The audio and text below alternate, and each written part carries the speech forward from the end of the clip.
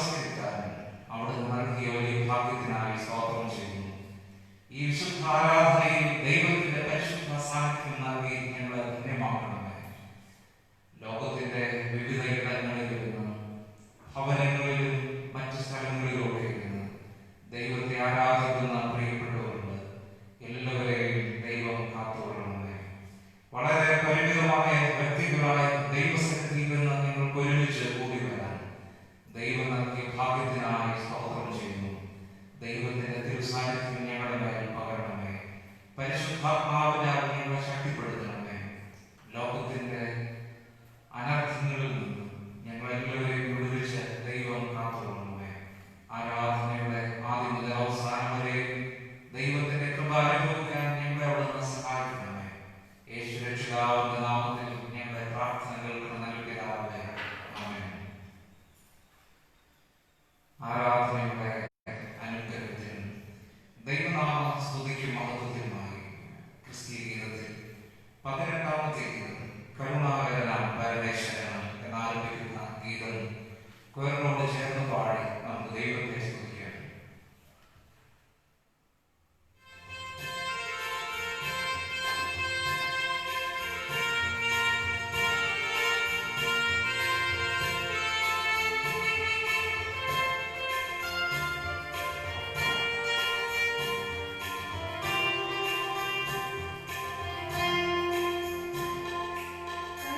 Krunaakaranam Parameshwaranam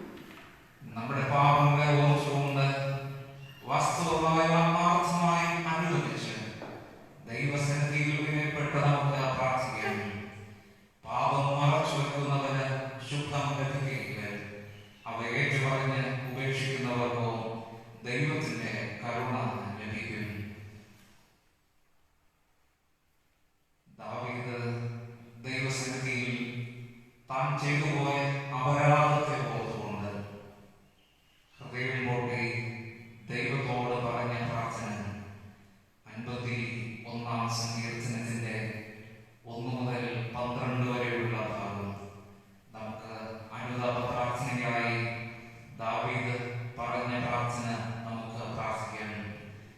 51-ാം സങ്കീർത്തനത്തിന്റെ ഭാഗം ആരാധനക്രമം 11-ാം ഭാഗം. ദൈവമേ, അങ്ങയുടെ ദൈവത്തോടെ എന്നോട് കൃപയുണ്ടാകണമേ, അങ്ങയുടെ കരുണയുടെ ബഹുപ്രകാരം എന്നെ വായിച്ചുകൊള്ളണമേ, എന്നെ നന്നായി കഴുകി അകത്തിൽ പോകണമേ, എന്റെ പാപം നീക്കി എന്നെ വെളിപ്പാക്കണമേ, എന്റെ ലംഘനങ്ങളെ അറിയൂ, എന്റെ പാപം എപ്പോഴും മുന്നിലിരിക്കുന്നു. അങ്ങയോട് ഞാൻ പാപം ചെയ്ത് അങ്ങേക്ക് അനിഷ്ടമായുള്ളത് ഞാൻ ചെയ്തിരിക്കുന്നു. സംസാരിക്കുമ്പോൾ നീതിമാനായി ഇരിക്കുമ്പോൾ ധർമ്മനായിരിക്കുന്നത് തന്നെ. ഇതാ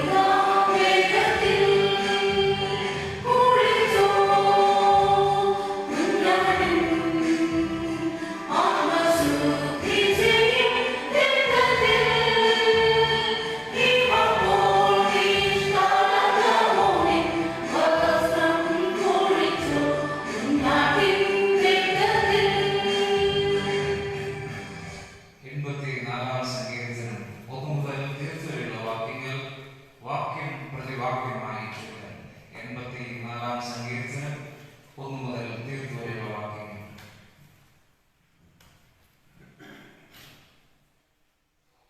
സൈന്യങ്ങളുടെ യഹോവേ, തിരുനിവാസം എത്ര മനോഹരം!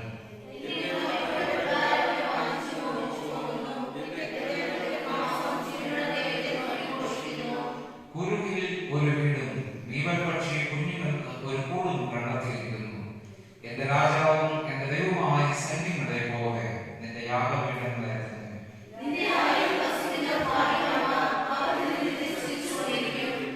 ബലം എന്നിലുള്ള മനുഷ്യൻ ഭാഗ്യവാൻ. ഇങ്ങനെയുള്ള മനസ്സിൽ സിയോനിലേക്കുള്ള പെരുവഴികളുണ്ട്.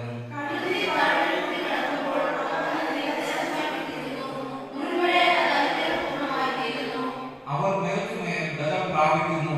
എല്ലാവരും സിയോനിൽ ദൈവസന്നിധിയിൽ ചെന്നെത്തുന്നു.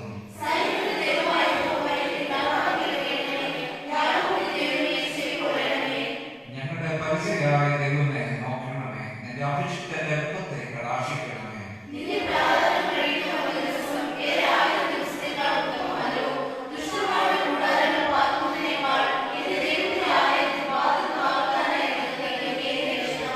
യഹോവയായ ദൈവം സൂര്യനും പരിചയം ആകുന്നു. യഹോവ കൃപയും മഹത്വവും നൽകുന്നു. നേരോടെ നടക്കുന്നവർക്ക് അവർ ഒരു നന്മയും നടക്കുകയില്ല.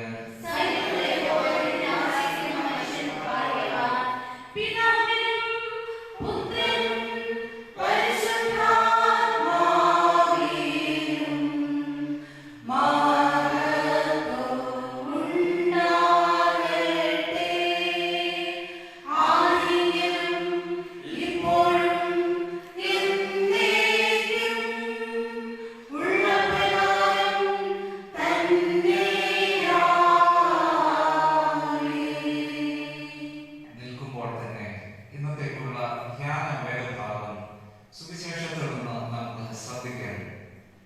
വിശുദ്ധ മർക്കോസ് എഴുതിയ സുവിശേഷം 14-ാം അധ്യായം 12 മുതൽ 26 വരെയുള്ള ദൈവവചനം ശ്രദ്ധിക്കാം. വിശുദ്ധ മർക്കോസ് എഴുതിയ സുവിശേഷം 14-ാം അധ്യായം 12 മുതൽ 26 വരെയുള്ള ദൈവവചനം. പെസഹ കുഞ്ഞാടിനെ അറുക്കുന്നതായ പുളിപ്പില്ലാത്ത അപ്പത്തിന്റെ 1-ാം നാളിൽ ശിഷ്യന്മാർ അവരോട്, നീ പെസഹ കഴിപ്പാൻ ഞങ്ങൾ എവിടെ ഒരുക്കണം എന്ന് ചോദിച്ചു. അവൻ ശിഷ്യന്മാരിൽ 2 പേരെ അയച്ച്, നഗരത്തിൽ ചെല്ലുവിൻ, അവിടെ ഒരു കുടവെള്ളം ചുമന്നുകൊണ്ട് ഒരു മനുഷ്യൻ നിങ്ങളെ എതിർപ്പെടും. അവന്റെ പിന്നാലെ ചെന്ന് അവൻ കടക്കുന്നിടത്ത് ആ വീട്ടുടയോട്, ഞാൻ എന്റെ ശിഷ്യന്മാരുമായി പെസഹ കഴിപ്പാനുള്ള ശാല എവിടെയെന്ന് ഒരു ചോദിക്കുന്നു എന്ന് പറയും. അവൻ തിരിച്ചൊരുക്കിയ ഒരു വൻമാളിക കാണിച്ചു തരും. അവിടെ നമുക്ക് ഒരുക്കുവിൻ എന്ന് പറഞ്ഞു. ശിഷ്യന്മാർ പുറപ്പെട്ട് നഗരത്തിൽ ചെന്ന് അവൻ തങ്ങളോട് പറഞ്ഞതുപോലെ കണ്ട് പെസഹ ഒരുക്കി. സന്ധ്യയായപ്പോൾ അവൻ പന്തിരുവരോട് കൂടെ വന്ന് അവരിരുന്ന് ഭക്ഷിക്കുമ്പോൾ യേശു, നിങ്ങളിൽ ഒരുവൻ എന്നോടുകൂടെ ഭക്ഷിക്കുന്നവൻ തന്നെ എന്നെ കാണിച്ചു കൊടുക്കും എന്ന് ഞാൻ സത്യമായിട്ട് നിങ്ങളോട് പറയുന്നു എന്ന് പറഞ്ഞു. അവർ ദുഃഖിച്ച് ഓരോരുത്തൻ ഞാനോ ഞാനോ എന്ന് അവരോട് ചോദിച്ചു തുടങ്ങി. അവൻ അവരോട്, പന്തിരുവരിൽ ഒരുവൻ എന്നോടുകൂടെ പ്രാതത്തിൽ കൈമുക്കുന്നവൻ തന്നെ. മനുഷ്യപുത്രൻ പോകുന്നത് തന്നെ കുറിച്ച് എഴുതിയിരിക്കുന്നത് പോലെ തന്നെ സത്യം. മനുഷ്യപുത്രനെ കാണിച്ചു കൊടുക്കുന്ന മനുഷ്യനോ അയ്യോ കഷ്ടം. ആ മനുഷ്യൻ ജനിക്കാതിരുന്നു എങ്കിൽ അവന് കൊള്ളായിരുന്നു എന്ന് പറഞ്ഞു. അവർ ഭക്ഷിക്കുമ്പോൾ അവൻ അപ്പം എടുത്ത് വാഴ്ത്തി നോക്കി അവർക്ക് കൊടുത്തു. വാങ്ങുവിൻ, ഇത് എന്റെ ശരീരം എന്ന് പറഞ്ഞു. പിന്നെ പാനപാത്രം എടുത്ത് സ്തോത്രം ചൊല്ലി അവർക്ക് കൊടുത്തു. എല്ലാവരും അതിൽ നിന്ന് കുടിച്ചു. ഇത് അനേകർക്ക് വേണ്ടി ചൊരിയുന്നതായി നിയമത്തിലുള്ള എന്റെ രക്തം. മുന്തിരിവള്ളിയുടെ അനുഭവം ദൈവരാജ്യത്തിൽ പുതുതായി അനുഭവിക്കും നാൾ വരെ ഞാൻ അത് ഇനി അനുഭവിക്കുകയില്ല എന്ന് ഞാൻ സത്യമായിട്ട് നിങ്ങളോട് പറയുന്നു എന്ന് അവരോട് പറഞ്ഞു. പിന്നെ അവർ സ്തോത്രം പാടിയ ശേഷം ഒലിവുമലയ്ക്ക് പോയി. ക്രിസ്തുവേ, അങ്ങേക്ക് സ്തുതി ഉണ്ടായിരിക്കട്ടെ. ആമേൻ. എല്ലാവരും ഇരിക്കുകയും ഈ സമയം മെമ്പേഴ്സ് ഒരു സ്പെഷ്യൽ ഗാനം ആലപിക്കും. അതിനുശേഷം നമുക്ക് ദൈവവചന ധ്യാനത്തിനായി ഒരുങ്ങുകയും ചെയ്യാം.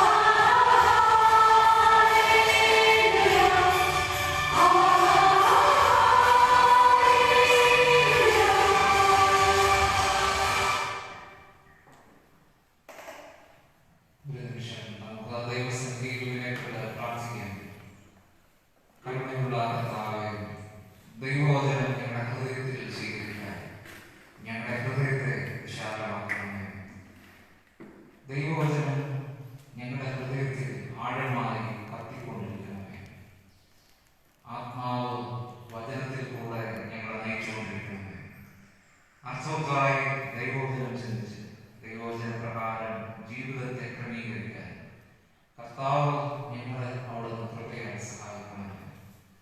പരിശുദ്ധനായ കർത്താവിന്റെ കരങ്ങളിൽ ഞങ്ങളെ പ്രമോദിപ്പിക്കുന്നു. ലോകത്തിന്റെ വിവിധയിടങ്ങളിൽ ഇരുന്ന് ദൈവോചനം കേൾക്കുന്ന പ്രിയപ്പെട്ടവരുണ്ട്. ഹോസ്പിറ്റലിൽ ഞങ്ങളുടെ പല സഹോദരങ്ങളും കഴിയുന്നുണ്ട്. ദൈവകൃപ കൂടെ ഉണ്ടാകണമേ. കർത്താവിന്റെ സംരക്ഷണം കൂടെ ഉണ്ടായിരുന്ന കാത്തുകൊള്ളണമേ. അപ്പന്റെ കരങ്ങളിലേക്ക് പ്രമോദിപ്പിക്കുന്നു. യേശു രക്ഷിതാവിന്റെ നാമത്തിൽ തന്നെ പിതാവേ, ആമേൻ. ത്രിയേക ദൈവത്തിന്റെ അതിപരിശുദ്ധ നാമം മഹത്വപ്പെടുമാറാകട്ടെ. ആരാധന തുടങ്ങുന്നതിന് അരമണിക്കൂറിന് മുമ്പ് തന്നെ നമ്മുടെ സഭയിലെ യുവ സഹോദരന് ചിലർ സ്പെഷ്യൽ ഗാനങ്ങൾ ആലപിച്ചത് ഓർത്ത് ഞാൻ ദൈവത്തെ മഹത്വപ്പെടുത്തുന്നു. ഫുൾ കൊയർ അംഗങ്ങളല്ലെങ്കിൽ ഈ പ്രത്യേക സാഹചര്യത്തിൽ ഇതിനെ കൊയറിനെ പാർട്ടായി ക്രമീകരിച്ച് ഈ പ്രത്യേക ആരാധനയിൽ കൊയർ നയിച്ചുകൊണ്ടിരിക്കുന്ന മെമ്പേഴ്സിന് പ്രത്യേക നന്ദിയും ഈ സമയത്ത് അറിയിക്കുന്നു. വളരെ പരിമിതമായി ചുരുങ്ങിയ ചില വ്യക്തികളാണല്ലോ ഇന്ന് നമ്മൾ ഒരുമിച്ച് കൂടിയിരിക്കുന്നത്. ഇപ്പോ ഉള്ള പ്രത്യേക സാഹചര്യങ്ങൾ നമുക്ക് അറിയാം. പ്രാർത്ഥനയിൽ ഓർക്കുക, ദൈവം കാത്തുകൊള്ളട്ടെ, എല്ലാവരെയും അതത് ദിനങ്ങളിൽ സുരക്ഷിതമായി ദൈവം വഹിക്കട്ടെ എന്ന് പ്രാർത്ഥിക്കുകയും ചെയ്യും. പ്രാരംഭത്തിൽ ഒരു പ്രാർത്ഥനാ വിഷയം സുശീല, നമ്മുടെ ജയൻ എന്ന സഹോദരന്റെ ഭാര്യ ഇന്നലെ വെന്റിലേറ്ററിൽ ആയി അങ്ങനെ കഴിയുകയാണ്. പ്രത്യേക പ്രാർത്ഥനയിൽ ഓർക്കുകയും അവരുടെ സൗഖ്യത്തിനായി നമുക്ക് ദൈവത്തോട് അപേക്ഷിക്കുകയും ചെയ്യും. നമ്മുടെ ധ്യാനത്തിലേക്ക് നമുക്ക് പ്രവേശിക്കാം. തിരുവത്താഴത്തെ കുറിച്ച് ചിന്തിക്കുന്ന ഒരു ദിവസമാണ് ഇന്ന്. എല്ലാ സിറിസായി സഭകളും വിശുദ്ധ കുർബാനയെ കുറിച്ച് തിരുവത്താഴത്തെ കുറിച്ച് ചിന്തിക്കുന്ന ഒരു പ്രത്യേക ദിവസമാണ്. ഒരു സുഹൃത്ത് ഒരു ദിവസം എന്നോട് പറഞ്ഞത് ഇങ്ങനെയാണ്: ഞാൻ പള്ളിയിൽ പോകുന്നില്ല, കാരണം കുർബാനയിൽ നിന്ന് എനിക്കൊന്നും കിട്ടുന്നില്ല. ശരിയാണ് അദ്ദേഹം പറഞ്ഞത്. അദ്ദേഹത്തെ സംബന്ധിച്ച് അത് വാസ്തവമായ കാര്യമാണ്, തെറ്റില്ല. ഓർക്കാനുള്ളത്, കഥകളെ കുറിച്ച് എന്തെങ്കിലും അറിയാത്ത ഒരു വ്യക്തിക്ക് കഥകളി കണ്ടാൽ ഒരു പിടുത്തവും കിട്ടുന്നില്ല. അതുപോലെ സംഗീതത്തെ കുറിച്ച് അറിവില്ലാത്ത വ്യക്തിക്ക്, അതിനെ തീരെ താല്പര്യമില്ലാത്ത വ്യക്തിക്ക് ബീഥോവൻ എന്ന് പറയുമ്പോൾ അദ്ദേഹത്തിന് അറിയില്ല അതാരാണ്. അതുപോലെ തന്നെയാണ് ഈ കുർബാന, തിരുവത്താഴം. തിരുവത്താഴം വിശ്വാസ സത്യം മാത്രമല്ല, നമുക്കറിയാം. ഇതൊരു യാഗമാണ്, ഇതൊരു ശിക്ഷണവും കൂടെ ഇതിനകത്തുണ്ട് എന്ന് നമുക്കറിയാം. ഇപ്പൊ സ്വയം യാഗമായി മാറിയത്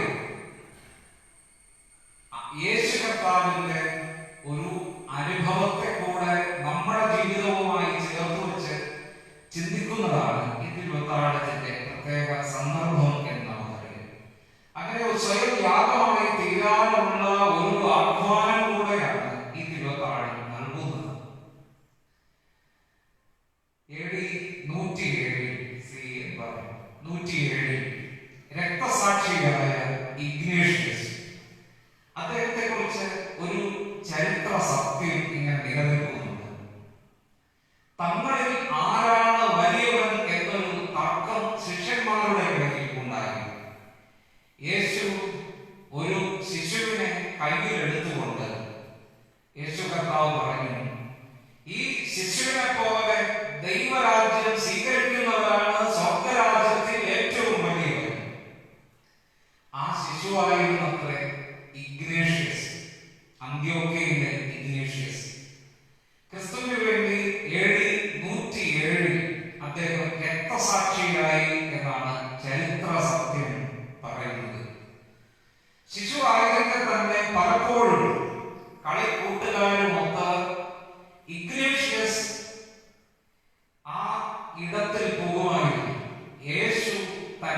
എടുത്ത ആ പ്രത്യേക ഇടത്തിലേക്ക് അവൻ പോവുകയായിരുന്നു.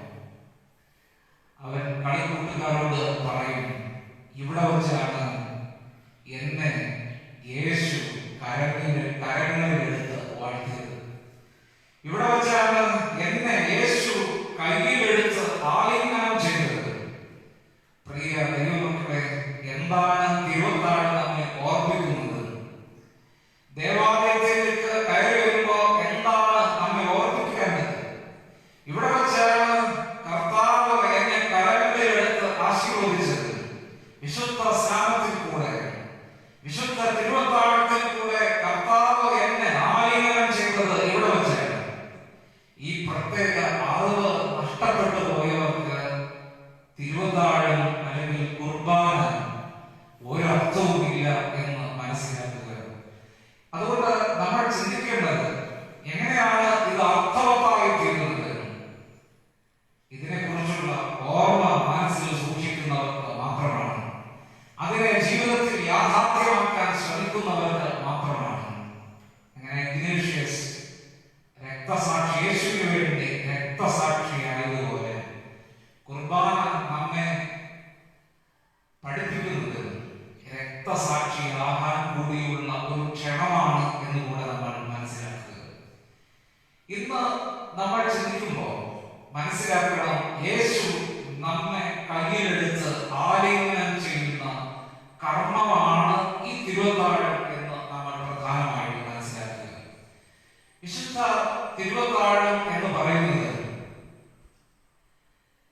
കുരിശു മരണത്തിന്റെ മുന്നാസ്വാദനമായി യേശു നടത്തിയ അന്ത്യ അത്താഴവും പിന്നെ ആസ്വാദനമായിട്ടാണ് ഈ അത്താഴയിൽ ഒരുക്കപ്പെടുന്ന കർത്തൃമേശയിൽ എന്ന് നമ്മൾ ഓർക്കുക. അപ്പൊ തിരുവത്താഴത്തിന്റെ വിശാല അർത്ഥങ്ങൾ എന്താണ്? അങ്ങനെ ചില അർത്ഥങ്ങൾ ഒരു 2-3 ചിന്തകളിൽ കൂടെ പറയാം എന്നാണ് ഞാൻ ഇന്ന് ആഗ്രഹിക്കുകയും ചെയ്യുന്നത്. ഒന്നാമതായി നമ്മൾ ചിന്തിക്കുന്നത് ഇങ്ങനെയാണ്: തിരുവത്താഴം അല്ലെങ്കിൽ കുർബാന എന്ന് മനസ്സിൽ കേൾക്കുമ്പോൾ തന്നെ ഒന്നാമത് നമ്മുടെ മനസ്സുകളിൽ ഓടിയെത്തേണ്ടത് നിഷ്കളങ്കന്റെ മരണം കുറ്റവാളിയായ മക്കളെ മോചിപ്പിക്കുന്നതാണ് തിരുവത്താഴം. നിഷ്കളങ്കന്റെ മരണം കുറ്റവാളിയായ മക്കളെ മോചിപ്പിക്കുന്നതാണ് തിരുവത്താഴം. എന്താണ് ഇതുകൊണ്ട് അർത്ഥമാക്കുന്നത്? ഒരു തെരഞ്ഞെടുപ്പാണ് പീലാത്തോസ് ജനത്തിന്റെ മുന്നിൽ വയ്ക്കുന്നത്. ആരെ രക്ഷിക്കണം, ആരെ ശിക്ഷിക്കണം? ഇതാണ് ചോദ്യം.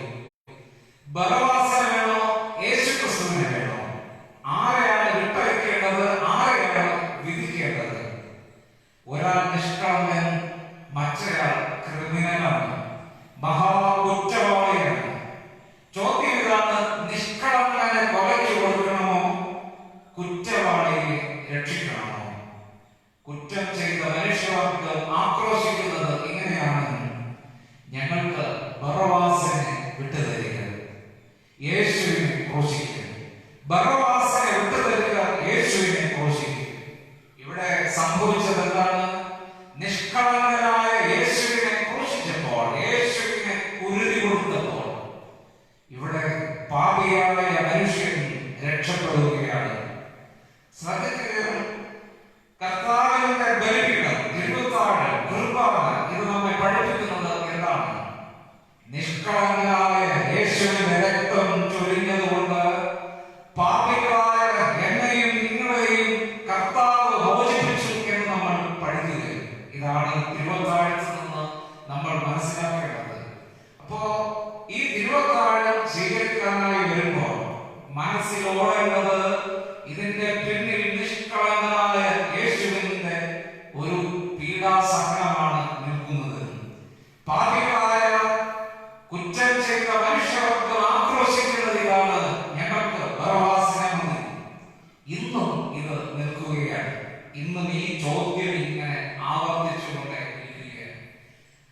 വിശുദ്ധ തിരുവത്താഴത്തിൽ യേശുവിന്റെ മരണം എന്തിനു വേണ്ടിയിട്ടാണ് നമ്മൾ അയോർക്കുന്നത് എന്ന് സ്വയം ഒന്ന് ചിന്തിക്കുമ്പോൾ ലോകത്തിന്റെ കുറ്റവാളികളായ എല്ലാ മനുഷ്യരെയും മോചിപ്പിക്കാനുള്ള അപ്പമായി മുറിയേണ്ടവരാണ് നമ്മൾ ഓരോരുത്തരും എന്നാണ് നമ്മൾ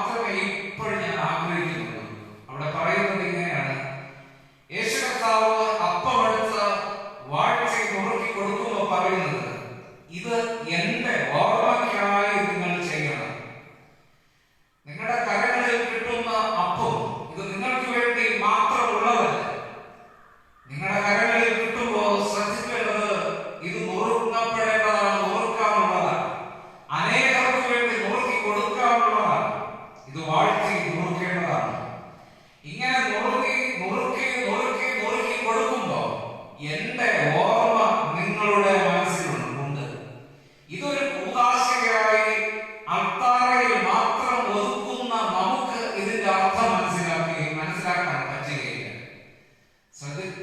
ശ്രദ്ധിക്കേണ്ടത്, നമ്മൾ നുറുങ്ങാനുള്ളവരാണ്. ആർക്കു വേണ്ടി?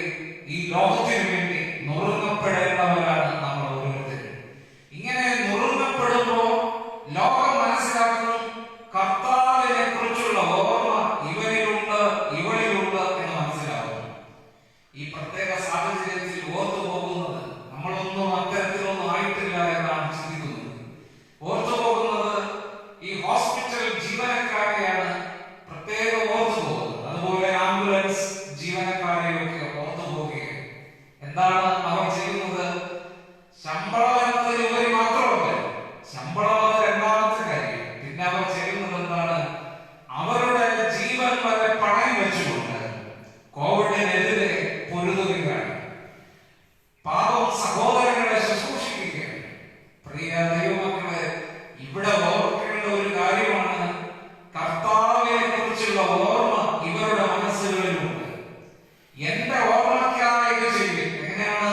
തങ്ങൾ നുറുങ്ങി ഇങ്ങനെ ലോകത്തിന് വേണ്ടി ശുശ്രൂഷകൾ സമർപ്പിക്കുമ്പോൾ യേശുവിനെ കുറിച്ചുള്ള ഓർമ്മ അവരുടെ മനസ്സിലുണ്ട്. ഇതിന്റെ ഒരു ആസ്വാദനമാണ്. ഇതിനെ ഒന്നുകൂടെ നമ്മൾ ചിന്തിക്കാൻ വേണ്ടിയിട്ടാണ് ഇവിടെ തിരുവത്താഴം എന്ന രീതിയിൽ ക്രമീകരിക്കുന്നത്. അതുകൊണ്ട് ഇവിടെ കാണുന്ന അൾത്താരയിൽ മാത്രം ഒതുങ്ങുന്നതല്ല തിരുവത്താഴം എന്ന് നമ്മൾ അതിന്റെ വിശാലാർത്ഥത്തിൽ ചിന്തിക്കേണ്ടത് ആവശ്യമാണ്. പ്രിയ ദൈവമക്കളെ, ചോദ്യം ഇതാണ്.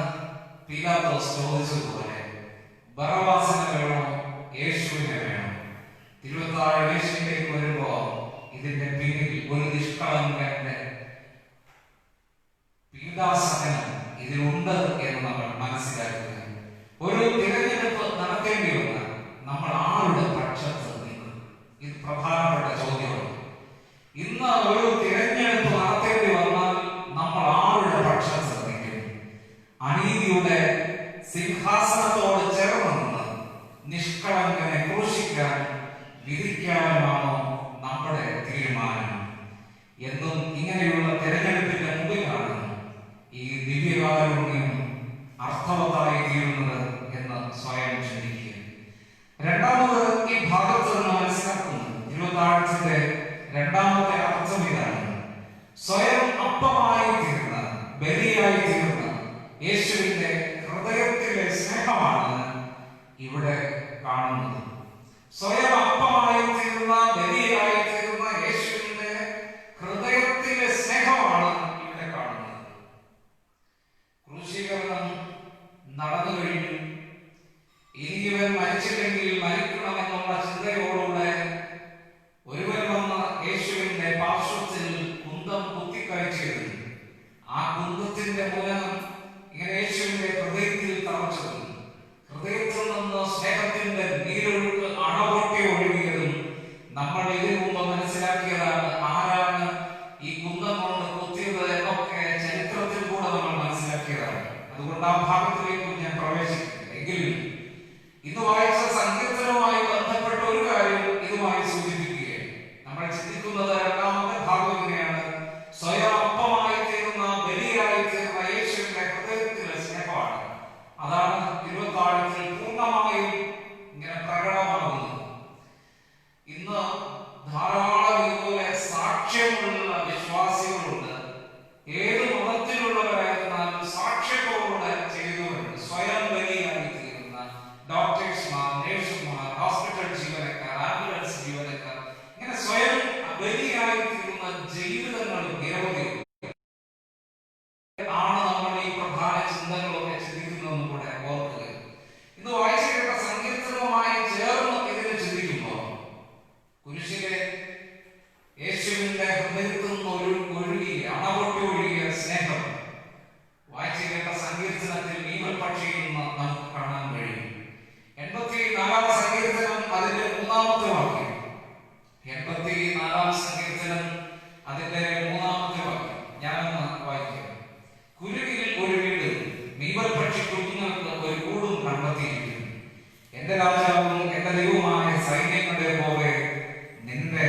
യാഗപീഠങ്ങളെ തന്നെ. ഇതിൽ ഒരു പ്രധാന ചരിത്ര സത്യമുണ്ട്. കുരുകിലൊരു കൂടും മീവൽപക്ഷി കുഞ്ഞുങ്ങൾക്ക് ഒരു വീട് കണ്ടെത്തിയിരിക്കുന്നു. എന്റെ രാജാവും എന്റെ സൈന്യങ്ങളുടെ പോലെ എന്റെ യാഗപീഠങ്ങളെ തന്നെ. ഇവിടെ മീവൽപക്ഷിയും യാഗപീഠവും തമ്മിൽ എന്താണ് ബന്ധം? വളരെ അടുത്ത ബന്ധം മീവൽപക്ഷിയും യാഗപീഠവും തമ്മിലുണ്ട്. നിരവധി ചിന്തകൾ മീവൽപക്ഷിയെ കുറിച്ച് നിലനിൽക്കുന്നുവെങ്കിലും ഒരു തത്വചിന്തകന്റെ മീവൽപക്ഷിയെ കുറിച്ചുള്ള വിവരണം ഉണ്ട്. മറ്റൊന്ന് മീവൽപക്ഷിയുടെ ഒരു നല്ല സ്വഭാവമുണ്ട്. ഇത് രണ്ടിനെയും ഒന്ന് ചുരുക്കമായൊന്ന് പരാമർശിക്കുക. ഒരു തത്വചിന്തകൻ ഒരിക്കൽ സുഹൃത്തായ ചിത്രകാരനോട് പറഞ്ഞു, എനിക്ക് ജീവിതത്തിലെ യഥാർത്ഥ സന്തോഷം പകർത്തുന്ന ഒരു ചിത്രം വേണം. ജീവിതത്തിലെ യഥാർത്ഥ സന്തോഷം പകർന്നു കൊടുത്തുകൊണ്ടിരിക്കുന്ന ഒരു ചിത്രം വേണം. അത് നന്നായിട്ടൊന്ന് വരയ്ക്കണം. ഈ ചിത്രകാരൻ പോയി വളരെ ദിവസങ്ങൾ എടുത്ത് പണിപ്പെട്ട് രണ്ട് പ്രണയികൾ ഇങ്ങനെ പ്രണയിച്ചുകൊണ്ടിരിക്കുന്ന പ്രകൃതി രമണീയമായ ഇടങ്ങളിൽ നിന്ന് പ്രണയിക്കുന്നതിനെ കുറിച്ച് ഇദ്ദേഹം വർണ്ണിച്ചു വരച്ചു. തത്വചിന്തകനെ കാണിച്ചു. എന്നാൽ തത്വചിന്തകന് അത് വലിയ ഇഷ്ടപ്പെട്ടില്ല. ഇഷ്ടപ്പെടാത്തതുകൊണ്ട് അദ്ദേഹം പറഞ്ഞു, ഒന്നുകൂടെ ഒരു ചിത്രം വരയ്ക്കുക. രണ്ടാമത് ഇദ്ദേഹം പോയി ഒരു പാർക്കിൽ കുട്ടികളെ കളിപ്പിച്ചുകൊണ്ടിരിക്കുകയാണ്. ഒരു പാരന്റ് കുട്ടികളെ കളിപ്പിക്കുക. എന്നിട്ട് അവർ ഇങ്ങനെ സന്തോഷം പങ്കുവെക്കുക. ഇദ്ദേഹം ഇത് വരച്ചു. തത്വചിന്തകനെ കാണിച്ചു. അപ്പോ ഇദ്ദേഹത്തിന് അത് ഇഷ്ടപ്പെട്ടില്ല. പറഞ്ഞു, അല്പം കൂടെ ചിന്തിച്ച് ചെയ്യാം. അങ്ങനെ മൂന്നാമത് ഈ ചിത്രകാരൻ ഒരു ചിത്രം വരച്ചു. അദ്ദേഹം കണ്ടെത്തിയത്, ഇതിനു വേണ്ടി ശ്രമിച്ച് കണ്ടെത്തിയത് ഇങ്ങനെയാണ്: നയാഗര വെള്ളച്ചാട്ടം. ആ വെള്ളച്ചാട്ടത്തിന്റെ അരികിൽ ഒരു ചെറിയ വൃക്ഷം ഇപ്പോഴുണ്ട്. ഈ വെള്ളത്തിന്റെ ഏറ്റക്കുറച്ചിൽ കാരണം ഈ വൃക്ഷം ആടി ഉയരുന്നുണ്ട്. വെള്ളച്ചാട്ടത്തിന്റെ ആ പ്രത്യേക സിറ്റുവേഷൻ ഈ വൃക്ഷം ആടി ഉയരുന്നുണ്ട്. നോക്കിയപ്പോൾ ഒരു മീവൽപക്ഷിയുടെ കൂട് ഈ വൃക്ഷത്തിന്റെ ശിഖരത്തിലുണ്ട്. ഇത് മറ്റൊന്നും ശ്രദ്ധിക്കാതെ ഈ വൃക്ഷത്തിന്റെ കൂട്ടിൽ തന്നെ വന്നിരിക്കുന്നു. ഇത് സന്തോഷം പങ്കുവയ്ക്കുകയായി പറന്നു പോകുന്നു, വീണ്ടും വന്നിരിക്കുന്നു. ഇത് ഇദ്ദേഹം വരയ്ക്കുകയുണ്ടായി. തത്വചിന്തകന് ഇഷ്ടപ്പെട്ടു. ഇദ്ദേഹം പറഞ്ഞു, ജീവിതത്തിൽ ഭയം വെടിഞ്ഞ് സന്തോഷത്തോടെ ജീവിക്കുന്ന പക്ഷിയെ നോക്കുക. മരം എപ്പോ വേണമെങ്കിലും വീഴാം, എങ്കിലും വിശ്വാസത്തോടെ എപ്പോ വേണമെങ്കിലും പറന്നുയരാം എന്ന ചിന്തയോടെ അത് അതിന്റെ സന്തോഷം പങ്കുവയ്ക്കുകയാണ്. ഇത് തത്വചിന്തകൻ മീവൽപക്ഷിയെ കുറിച്ച് പറഞ്ഞ ഒരു ഭാഗമാണ്. ഇനി യാഗപീഠവും മീവൽപക്ഷിയും തമ്മിൽ എന്താണ് ബന്ധം? ഇതൊരു ദേശാടന പക്ഷിയാണ്. അതാണ് മീവൽപക്ഷിയെ കുറിച്ച് പ്രധാനമായിട്ടും പറയുന്നത്. ഒരു ദേശാടന പക്ഷിയാണ്. പക്ഷെ മീവൽപക്ഷി കൂടുകൂട്ടുന്നത് ഇതുപോലെ ഉയരമുള്ള മരങ്ങളിലോ. ആർക്കും ഈ മീവൽപക്ഷിയെ അങ്ങനെ ഉപദ്രവിക്കാൻ പറ്റാത്ത ഇടങ്ങളിലാണ്. പിന്നെ ദേവാലയവുമായുള്ള ബന്ധത്തിൽ യാഗപീഠത്തിന്റെ മുകളിൽ മീവൽപക്ഷി കൂടുണ്ടാക്കും എന്നൊരു പഠനം കൂടെ ഇതിന്റെ പുറകെ നിൽക്കുന്നുണ്ട്. എന്നാൽ ആ ഭാഗമോടെ നിൽക്കട്ടെ. ഇത് ഉയരമുള്ള പാറയിലും ഇത് കൂടുണ്ടാക്കും. ഉയരമുള്ള വൃക്ഷങ്ങളിലാണ് ധാരാളമായി കൂടുണ്ടാക്കുന്നത്. കൂടുണ്ടാക്കി കുഞ്ഞ് വിരിഞ്ഞു കഴിയുമ്പോൾ തീറ്റ വളരെ ദൂരയിൽ നിന്നും അന്വേഷിച്ച് ഈ കുഞ്ഞുങ്ങൾക്ക് കൊടുക്കുന്ന പതിവ് ഈ മീവൽപക്ഷിയുണ്ട്. എന്നാൽ ചില സന്ദർഭങ്ങളിൽ ഈ മീവൽപക്ഷി അന്വേഷിച്ചു പോകുമ്പോൾ തീറ്റ കിട്ടാറില്ല. അങ്ങനെയുള്ള കാലാവസ്ഥകളിൽ തീറ്റ കിട്ടാറില്ല. അങ്ങനെ തീറ്റ കിട്ടാതെ വരുമ്പോൾ കുഞ്ഞുങ്ങൾ വിശപ്പ് കൊണ്ട് നിലവിളിക്കുകയാണ്.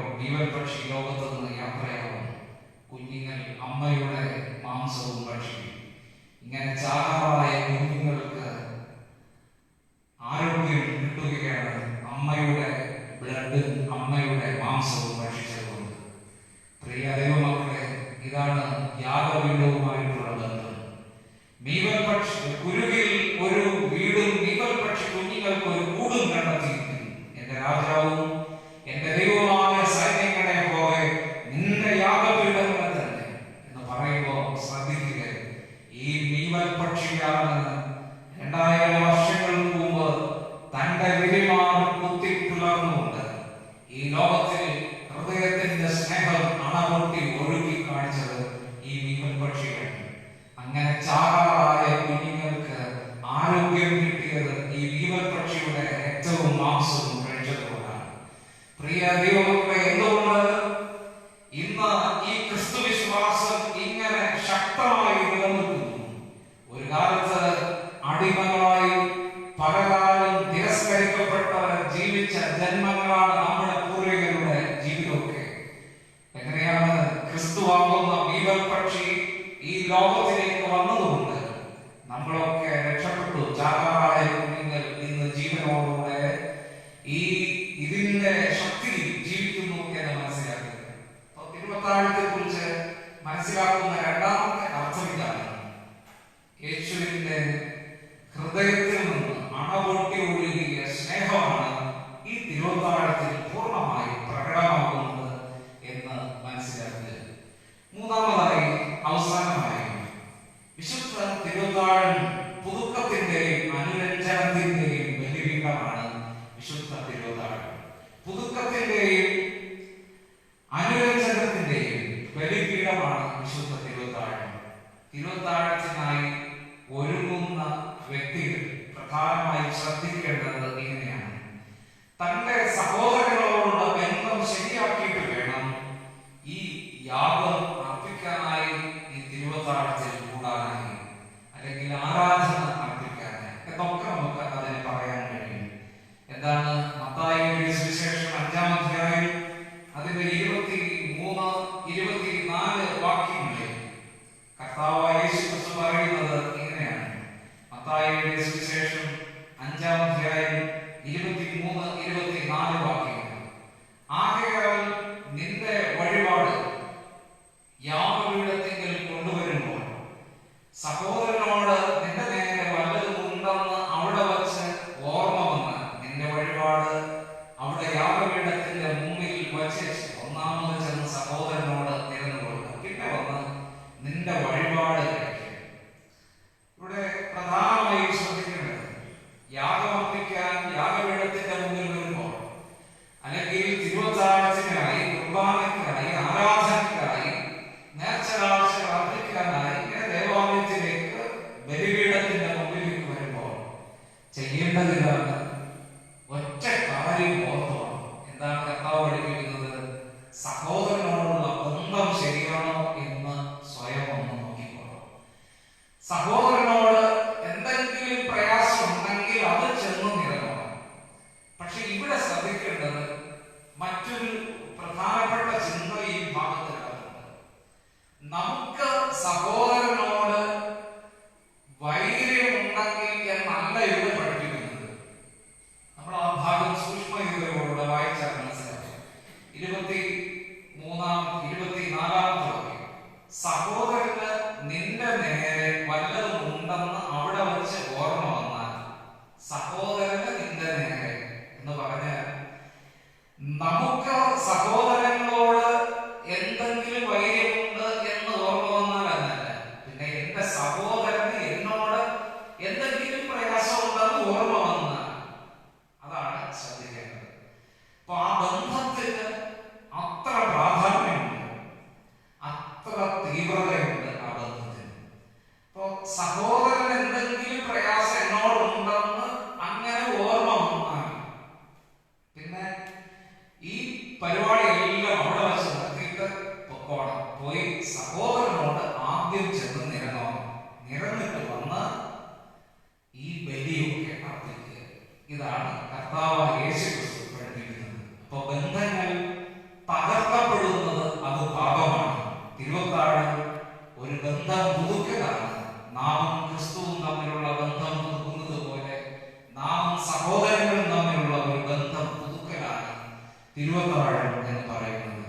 അതുകൊണ്ടാണ് വിശുദ്ധ കുർബാന, വിശുദ്ധ തിരുവത്താഴം ഇത് സ്വീകരിക്കുന്നതിന് മുമ്പ് ആരാധനാക്രമത്തിൽ ആദ്യ ഭാഗത്തിൽ തന്നെ നമ്മൾ ചെയ്യുന്ന പ്രധാനപ്പെട്ട ഒരു പതിവുണ്ട്. എന്താണ്? കയ്യസൂര്യ എന്ന് പറയുന്നത് സഹോദരങ്ങളോടുള്ള ബന്ധം പുതുക്കൽ. ഈ കയ്യസൂര്യ കൊടുത്തിട്ടാണ് ബാക്കി ലിറ്ററേച്ചി കാര്യങ്ങളിലേക്ക് പ്രവേശിക്കുന്നത്. ഇപ്പോൾ തിരുവത്താഴത്തിന്റെ 3 അർത്ഥങ്ങളാണ് നമ്മൾ ഇതുവരെ മനസ്സിലാക്കിയത്. ഒന്ന്, നിഷ്കളങ്കന്റെ മരണം പാപികളായ മക്കളെ മോചിപ്പിക്കുന്ന ഒരു അനുഭവമാണ്. രണ്ടാമത്, സ്വയം അപ്പമായി തീർന്ന യേശുവിന്റെ ഹൃദയത്തിന്റെ സ്നേഹത്തെ കുറിച്ചാണ് ഈ തിരുവത്താഴം നമ്മെ പഠിപ്പിക്കുന്നത്. 3, പുതുക്കത്തിന്റെയും അനുരഞ്ജനത്തിന്റെയും ബലിപീഠമാണ് ഈ തിരുവത്താഴത്തിലൂടെ നമ്മൾ മനസ്സിലാക്കുന്നത്. ഇപ്പോൾ പിതാവായ ദൈവം, പുത്രനായ ദൈവം, പരിശുദ്ധാത്മാവായ ദൈവം നമ്മുടെ ചിന്തകളെ ബലപ്പെടുത്തട്ടെ. അനുഗ്രഹീതമായ ജീവിതം നൽകാൻ കർത്താവ് നമ്മെ സഹായിക്കട്ടെ എന്ന് പ്രാർത്ഥിക്കുന്നു. നമുക്കെല്ലാവരും നാം കേട്ട ദൈവവചനത്തിന്റെ വെളിച്ചത്തിൽ നമ്മുടെ വിശ്വാസം നമുക്ക് ദൈവസന്നിധി എഴുന്നേറ്റെന്ന് പ്രഖ്യാപിക്കുകയാണ്. ആരാധനക്രമം 39 നിഖ്യാവിശ്വാസ പ്രമാണത്തിന്റെ വാക്കുകളിലൂടെ നമ്മുടെ വിശ്വാസം നമുക്ക് പ്രഖ്യാപിക്കുകയാണ്. ആരാധനക്രമം 39. സർവശക്തിയുള്ള പിതാവായി ആകാശത്തെയും ഭൂമിയെയും കാണപ്പെടുന്നവയും കാണപ്പെടാത്തവയുമായുള്ള സകലത്തെയും സൃഷ്ടിച്ച ഏകദൈവത്തെ ഞാൻ വിശ്വസിക്കുന്നു.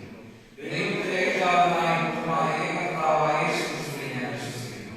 അവിടുന്ന് സർവ്വലോകങ്ങൾക്കും മുമ്പേ തന്റെ പിതാവിൽ നിന്ന് ജനിപ്പിക്കപ്പെട്ടവർ, ദൈവത്തിൽ നിന്ന് ദൈവം, പ്രകാശത്തിൽ നിന്ന് പ്രകാശം, സത്യദൈവത്തിൽ നിന്ന് സത്യദൈവം, ജനിപ്പിക്കപ്പെട്ടവർ, ഉണ്ടാക്കപ്പെട്ടവരല്ല, പിതാവിനോട് ഏകത്വമുള്ളവർ, ദൈവത്താൽ സകലമുണ്ടായി, അവിടുന്ന് മനുഷ്യരായ നമ്മുടെ രക്ഷയ്ക്ക് വേണ്ടി സമർപ്പിക്കുന്നവർ, പരിശുദ്ധാത്മാവിന്റെ കന്യകമറിയത്തിൽ അവതരിച്ച് മനുഷ്യനായി പൊന്തിയോസ് പീലാത്തോസിൽ നമുക്ക് വേണ്ടി സൃഷ്ടിക്കപ്പെട്ടു.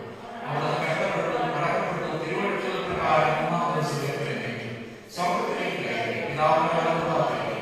അവിടുന്ന് ജീവനുള്ളവരെ മനുഷ്യരെ മഹത്വത്തോടെ കേൾക്കുക. അവിടുത്തെ രാജ്യത്തിന് അവസാനമുണ്ടായി. കർത്താവ് ജയിക്കുന്നു. പിതാവിന് പുത്രനും പുറപ്പെടുന്നു. പിതാവിനോട് പുത്രനോടുള്ള ആരാധിക്കപ്പെടുന്നു. പ്രവാചകരോട് സംസാരിച്ചവരുമായ പരിശുദ്ധാത്മാവിനെ ഞാൻ വിശ്വസിക്കുന്നു. സാധുവിന്റെ അപ്പോസ്തലന്മാരെ പരിശുദ്ധ സഭയെ ഞാൻ വിശ്വസിക്കുന്നു. പാപമോചനത്തിലുള്ള ഏകോപീസിനെ ഞാൻ അനുസരിക്കുന്നു. ലോകത്തിലെ ജീവനിൽ ഞാൻ കാത്തിരിക്കുന്നു. ആമേൻ. മധ്യസ്ഥ പ്രാർത്ഥനയ്ക്കായി നമ്മുടെ മുഴുകാലുകൾ ദൈവസന്നിധിയിൽ മടക്കാം. നമുക്ക് ദൈവത്തോട് പ്രാർത്ഥിക്കാം. പരിശുദ്ധനായ ദൈവത്തിന്റെ പാദപീഠത്തിൽ നമ്മെ തന്നെ സാഷ്ടാംഗം അർപ്പണം ചെയ്തുകൊണ്ട് വിനയ ഹൃദയത്തോടുകൂടെ നമുക്ക് ദൈവത്തോട് പ്രാർത്ഥിക്കാം. കർത്താവ് ചെയ്ത സകല നന്മകളെയും ഓർത്ത് ദൈവത്തിന് സ്തോത്രം ചെയ്തുകൊണ്ട് നമുക്ക് ദൈവത്തോട് പ്രാർത്ഥിക്കാം. പ്രധാനമായും പ്രാർത്ഥനയിൽ ഓർക്കേണ്ടത് ഞാൻ പ്രാരംഭത്തിൽ സൂചിപ്പിച്ചതുപോലെ സുശീല എന്ന മാതാവിനെ ദൈവകരങ്ങളിൽ സമർപ്പിച്ച് പ്രാർത്ഥിക്കും. അവർ ശ്വാസമുട്ടലിന്റെ പ്രയാസത്താൽ വെന്റിലേറ്ററിൽ കഴിയും. പൂർണ്ണ സൗഖ്യത്തിനായി നമുക്ക് ദൈവത്തോട് അപേക്ഷിക്കും. നമ്മുടെ കുഞ്ഞു മക്കൾ മുതൽ മുതിർന്ന അപ്പച്ചന്മാർ, അപ്പച്ചന്മാർ വരെയുള്ള എല്ലാ പ്രിയപ്പെട്ടവരെയും ദൈവകരങ്ങളിൽ സമർപ്പിക്കും. അതുപോലെ പ്രധാനമായും വസുദേവ് എന്ന കുഞ്ഞിനെ ദൈവകരങ്ങളിൽ ഫലമർപ്പിക്കും. ചില ദിവസത്തിന് മുമ്പ് വളരെ പനിയുടെ ബുദ്ധിമുട്ടുകളാൽ ഭാരപ്പെട്ടു. എന്നാൽ ഇന്നലെ കുഞ്ഞ് ഒരു പാമ്പിനെ കയ്യിലെടുത്തു. വീട്ടിൽ കണ്ട പാമ്പിനെ, കുഞ്ഞുകുട്ടിയാണല്ലോ, 1 വയസ്സ് കഴിഞ്ഞിട്ടേ ഉള്ളൂ, ഒരു പാമ്പിനെ കയ്യിലെടുത്തു. എന്നാൽ മറ്റു പ്രയാസങ്ങളൊന്നും കൂടാതെ കർത്താവ് സംരക്ഷിച്ചു. ദൈവത്തിന് സ്തോത്രം ചെയ്യാൻ. അങ്ങനെ കർത്താവ് സംരക്ഷിച്ചെങ്കിലേ ഉള്ളൂ. നമ്മുടെ മക്കളെല്ലാം ദൈവം നൽകിയ ദാനം മാത്രമാണ്. ഒന്ന് മാത്രം ചെയ്യുക, ദാനം തന്നവന്റെ കരങ്ങളിൽ വെച്ചു കൊടുക്കുക, എന്നിട്ട് ഫ്രീ ആയി ജീവിക്കുക. കർത്താവ് ബുദ്ധിമുട്ടുള്ളൂ. അങ്ങനെ കർത്താവിന്റെ കരങ്ങളിൽ സമർപ്പിച്ചുകൊണ്ട്, നമ്മുടെ മക്കളെല്ലാം ദൈവകരങ്ങളിൽ സമർപ്പിച്ചുകൊണ്ട് നമുക്ക് ദൈവത്തോട് പ്രാർത്ഥിക്കാം. ഇങ്ങനെ പല വിധത്തിലുള്ള പ്രയാസങ്ങൾ ഇന്ന് അനുഭവിക്കുന്ന ഒരുപാട് പ്രിയപ്പെട്ടവരുണ്ട്. എല്ലാവരെയും ദൈവകരങ്ങളിൽ കരമേൽപ്പിക്കും. കോവിഡിന്റെ പ്രയാസത്താൽ മരണപ്പെട്ട പ്രിയപ്പെട്ടവരുടെ കുടുംബാംഗങ്ങളെ നമുക്ക് ഓർക്കാം.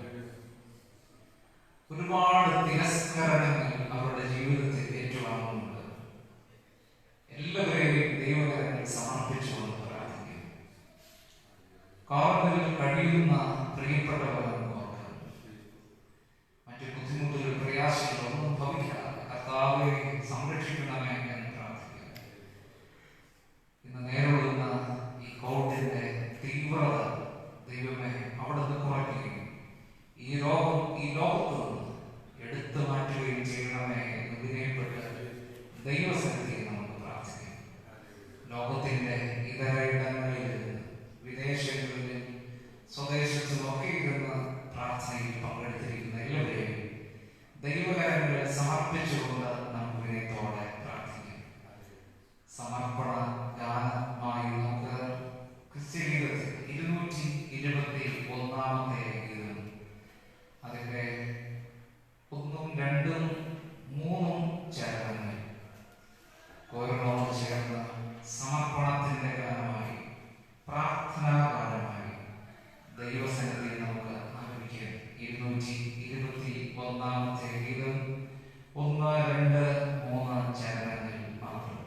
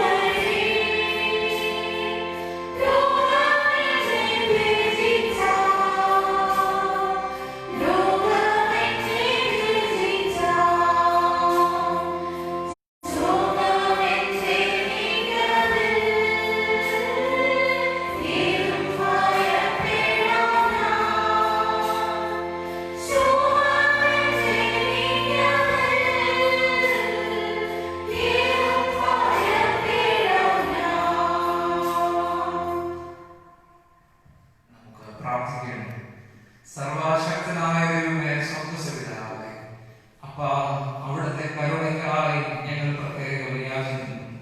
ഇതുവരെ ഞങ്ങൾ ജീവിച്ചത് ദൈവത്തിന്റെ കരുണ ഒന്നുകൊണ്ട് മാത്രമാണ്. കർത്താവിന്റെ കൃപയിൽ ഞങ്ങൾ എല്ലാവരെയും സംരക്ഷിക്കുന്നത് ഓർത്ത് സ്തോത്രം.